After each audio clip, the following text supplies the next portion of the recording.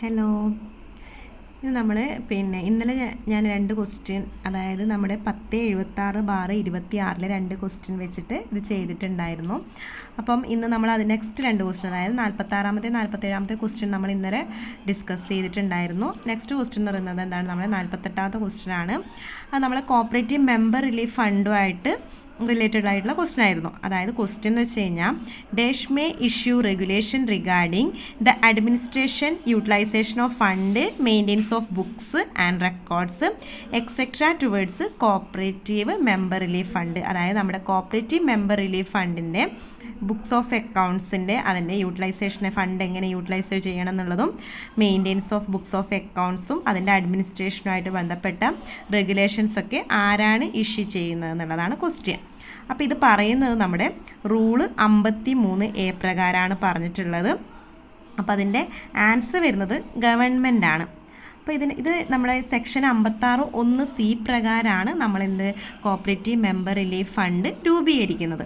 അപ്പോൾ ഇതുമായിട്ടുള്ള ബന്ധപ്പെട്ട കാര്യങ്ങൾ നമ്മുടെ ലോയിൻ്റെ അകത്ത് പറയുന്നത് എവിടെയാണ്, റൂള് 53A പ്രകാരം ഈ കോപ്പറേറ്റീവ് മെമ്പർ റിലീഫ് ഫണ്ട് എന്ന് പറയുന്നത് രൂപീകരിക്കുന്നത് എങ്ങനെയാണ്, നമ്മുടെ നെറ്റ് പ്രോഫിറ്റ് എത്രയുണ്ടോ അതിൻ്റെ ഓരോ കോപ്പറേറ്റീവ് സൊസൈറ്റീസും അതിൻ്റെ 10% കോപ്പറേറ്റീവ് മെമ്പർ റിലീഫ് ഫണ്ടിലേക്ക് മാറ്റിവെക്കേണ്ടത്.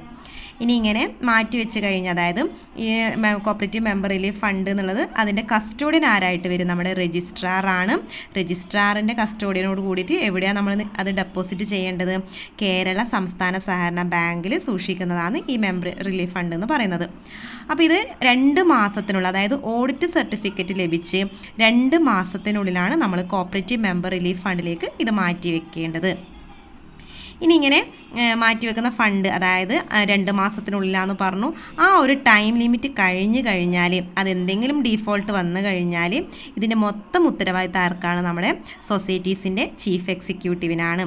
ചീഫ് എക്സിക്യൂട്ടീവ് 6% ഫൈനോട് കൂടിയിട്ട് പിന്നെ എന്ത് ചെയ്യേണ്ടി വരും, ഈ ഫണ്ടിലേക്ക് അടക്കേണ്ടി വരും.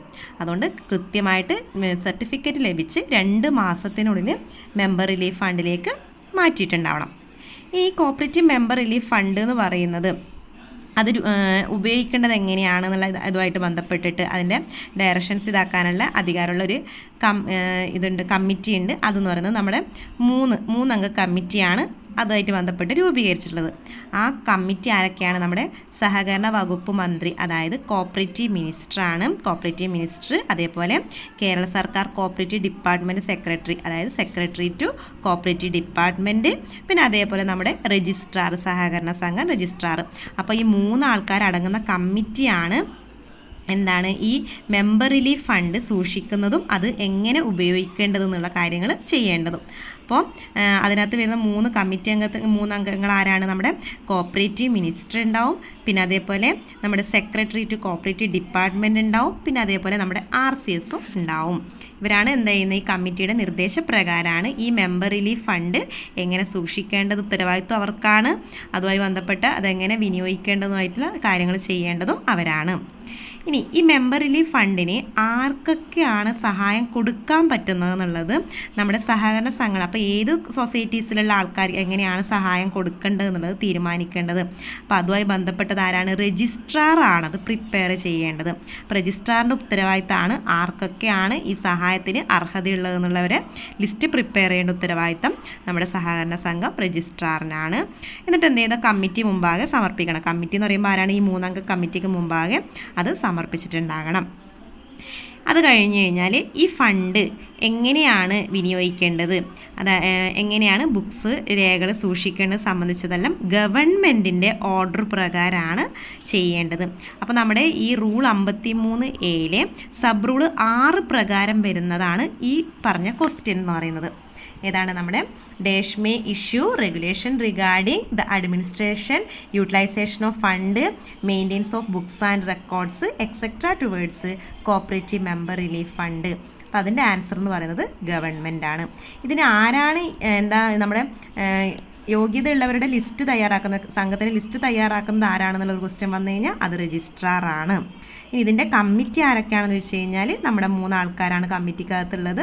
ആരൊക്കെയാണ്, കോപ്പറേറ്റീവ് മിനിസ്റ്റർ ഉണ്ടാവും, സെക്രട്ടറി ടു കോപ്പറേറ്റീവ് ഡിപ്പാർട്ട്മെൻറ്റ് ഉണ്ടാവും, RCS ഉണ്ടാവും. പിന്നെ ഇത് ഒരു കോപ്പറേറ്റീവ് സൊസൈറ്റീസിൻ്റെ അതായത് നമ്മുടെ ഓഡിറ്റ് സർട്ടിഫിക്കറ്റ് ലഭിച്ചു കഴിഞ്ഞ് എത്ര നാളുകൾക്കുള്ളിൽ ഇതിലേക്ക് ഈ ഫണ്ടിലേക്ക് മാറ്റിവെക്കണം എന്ന് ചോദിച്ചു കഴിഞ്ഞാൽ അത് 2 മാസത്തിനുള്ളിൽ ഈ കോപ്പറേറ്റീവ് മെമ്പർ റിലീഫ് ഫണ്ടിലേക്ക് അടക്കേണ്ട ഉത്തരവാദിത്തം എന്ന് പറയുന്നത് ആർക്കാണ്? നമ്മുടെ ചീഫ് എക്സിക്യൂട്ടീവിനാണ്.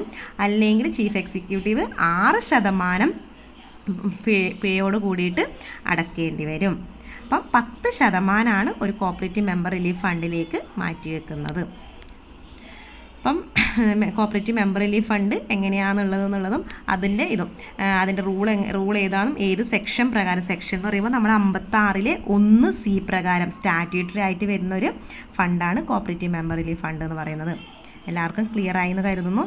നെക്സ്റ്റ് ക്വസ്റ്റ്യൻ എന്ന് പറയുന്നത്, if the liquidation proceedings could not be completed by the liquidator within a period of dash for the reason beyond the control of liquidator, he may apply to government through registrar for extending the period of liquidation for a maximum of dash. ഇതിപ്പോൾ new amendment പ്രകാരം, അതായത് പഴയതാണെങ്കിൽ നമുക്ക് 3 വർഷം എന്നുള്ളതായിരുന്നു answer ഉണ്ടായിരുന്നത്. ഇപ്പോൾ ഈ amendment പ്രകാരം എന്ത് വന്നു? നമ്മുടെ 2 വർഷത്തിനുള്ളിലാണ് ലിക്വിഡേറ്റർ എന്ത് ചെയ്യേണ്ടത്? ഈ ലിക്വിഡേഷൻ പ്രൊസീഡിങ്സ് കംപ്ലീറ്റ് ചെയ്യേണ്ടത്.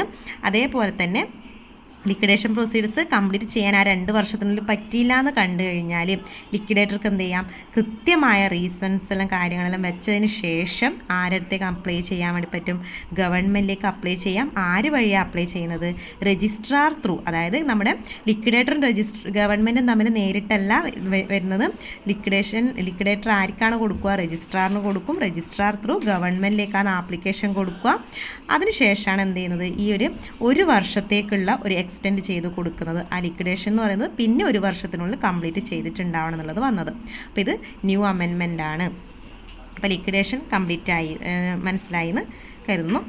നെക്സ്റ്റ് എന്ന് പറയുന്നത് recruitment rules relating to societies in scheduled 1 in specified in dash rule of the KCS rules.